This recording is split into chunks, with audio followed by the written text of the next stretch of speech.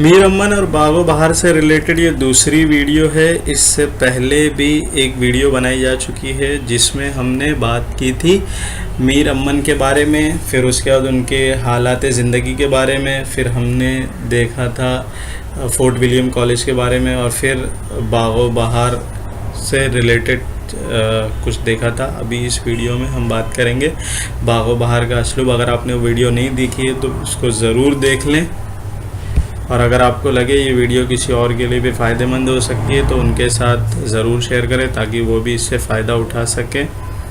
देखते हैं बागो बहार के असलूब के बारे में। तो उर्दू नसर की तारीख़ में बागो बहार को बेमिसाल अहमियत हासिल है।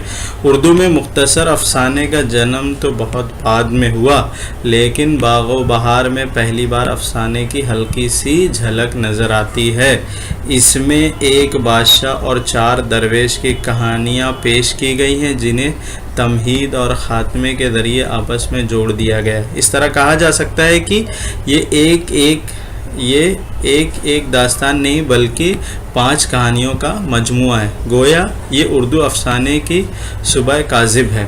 दूसरी ख़ास बात यह है कि इस किताब में दहली की तहज़ीब व माशरत की मुकम्मल मुरक्का कशी नज़र आती है। मतलब मुसन्निफ़ ने दहली की तहज़ीब व माशरत की पूरी तस्वीर पेश कर दी है। किसी शहरों दियार का ज़िक्र किया जा रहा हो मगर बचश्म गौर देखिए तो दिल्ली के दरो दीवार पेश नज़र हो जाते हैं। तो उर्दू नसर का पहला शाहकार बागो बहार है। इससे पहले भी उर्दू नसर में किताबें मौजूद थी मगर इनका अंदाज़ मसनूई ज़बान, इनका जो अंदाज़ था वो मसनूई ज़बान, गुंजलक और फ़ारसी आमेज़ थी।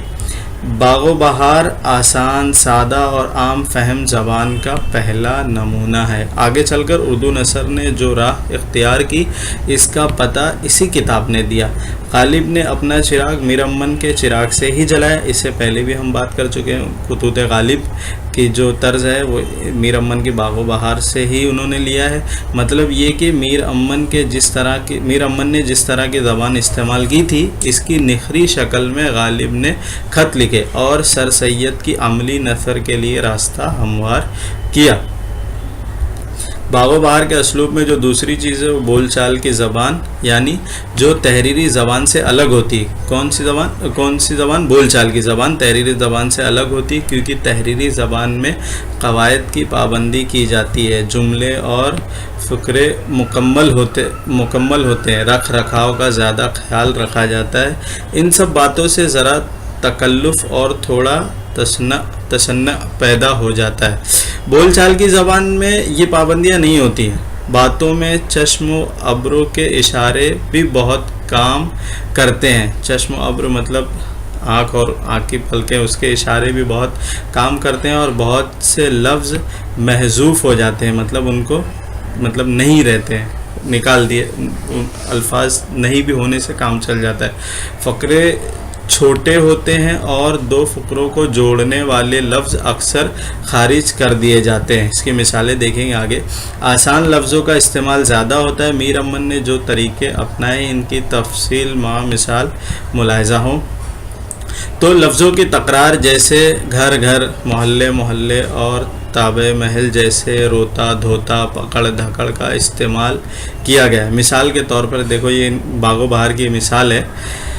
और फरमाया कि अहवाल शहज़ादे के तालों का देखो और जांचो और जन्म पत्री दुरुस्त करो, और जो कुछ होना है हकीकत पल पल, घड़ी घड़ी और पहर पहर और दिन दिन, महीने महीने, बरस बरस के मुफस्सिल हुजूर में करो। ये एक मिसाल है, बागो बहार के कॉपी की गई है। दूसरी मिसाल है, सारा बदन मेरा पोंछ पोंछ कर खून और खाक से पाक किया और शराब से धो धा कर ज़ख्मों को टाके मरहम लगाए। इसमें ये ज़बान देखो, धो धा कर, पोंछ पोंछ कर, तो ये ज़ाहिर करती है बोलचाल की ज़बान। दूसरी जो खूबी है वो ये है कि अज़ाफ़ी और तौसीफ़ी तरकीबों को इस तरह सहल बनाया कि अज़ाफ़त को तर्क करके का के की इस्तेमाल किए। मसलन हाकिम हाकिम की जगह इन्होंने क्या इस्तेमाल किया? हाकिम का हुक्म या हुक्म हाकिम का। مثال اس کی دیکھ لیتے ہیں. جب حکم بادشاہ کے اس آدھی رات میں عین اندھیری تھی، ملکہ کو ایک میدان میں کہ وہاں پرندہ پر نہ مارتا تھا، انسان کا تو ذکر کیا چھوڑ کر چلے آئے. حکم بادشاہ کے، یہ اس کی مثال ہے. باغ و بہار میں محاوروں اور گھریلو کہاوتوں کا بھی استعمال کیا گیا، جیسے مثال کے طور پر کہاوت ہے اونٹ چڑھے کتا کاٹے. چوتھی جو باغ و بہار کا اسلوب ہے اس میں ہندی الفاظ کا بے تکلف استعمال نظر آتا ہے، مطلب ہندی الفاظ بھی بہت نظر آتے ہیں. مثال کے طور پر راہ، باٹ، جنم بھومی، سنگت، گیان وغیرہ. پھر اس کے بعد متروک الفاظ، یعنی ایسے الفاظ کا استعمال جو اب بولے یا لکھے نہیں جاتے، جیسے کہو، کدھو، ادھر، ادھر وغیرہ. ان کا بھی استعمال باغ و بہار میں ہوا ہے. تشبیہوں کا استعمال، اس سے خیال روشن ہو جاتا ہے. مثلا پھول سا بدن سوکھ کر کاٹا ہو گیا. ایسے تشبیہوں کا بھی استعمال، مطلب کسی چیز سے تشبیہ دینے کو تشبیہوں کا استعمال کہتے ہیں. جیسے پھول سا بدن، تو بدن کو پھول سے تشبیہ دی جا رہی ہے. سوکھ کر کانٹا ہو گیا، مطلب اس کے کمزور ہونے کو تشبیہ دی جا رہی کانٹے ہونے سے. تو ان تشبیہوں کا بھی استعمال کیا گیا. عام فہم استعارات، جیسے فرزند کی زندگانی کا پھل ہے، اس کی قسمت کے باغ میں نہ تھا. مطلب استعارے جو استعمال کیے گئے ہیں بہت عام اور سمجھنے والے استعارے استعمال کیے گئے. 8ویں چیز جو ہے شعری وسائل سے بھی کام لیا ہے، کیونکہ اس زمانے میں اس کا چلن تھا. مثال سب کچھ دیا اندھیرے گھر کو دیا نہ دیا، یہ بات سن کر سن ہوا. یہ شعری وسائل مطلب انہوں نے یہاں پہ استعمال کیا ہے. میر امن نے تحسین کے برعکس تصنع، تکلف، عبارت آرائی سے تو پرہیز کیا، لیکن کہیں کہیں سجع اور قافیے کا استعمال کیا ہے. مثال کے طور پر اگر جلدی آؤ گی تو مجھے جیتا پاؤ گی، مطلب یہاں پہ قافیے کا استعمال کیا گیا ہے. نہیں تو پچھتاؤ گی.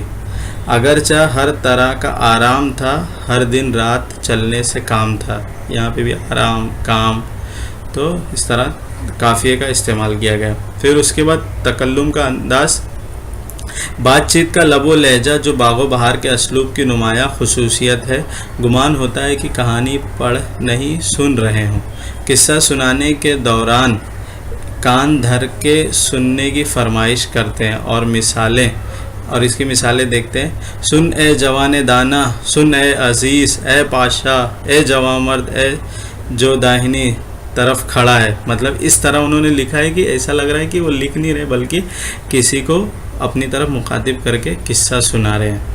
اور سید عبداللہ نے میر امن کی باغ و بہار کو زندہ کتاب کہا ہے. واقعی ان کا جو لکھنے کا انداز تھا ایسا لگ رہا ہے کوئی بات چیت کر رہا ہے، بول چال کی زبان، اور اس کے اسلوب کو زندہ اسلوب کہہ کر عقیدت کا وہ خراج پیش کیا ہے جس کے وہ بلا شبہ حقدار ہے میر امن.